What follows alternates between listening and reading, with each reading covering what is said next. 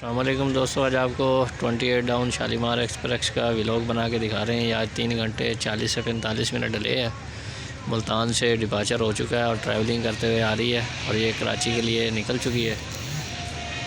और इसको जो आज पावर जो लीड कर रही है HGMU 30 लगा हुआ है जिसे।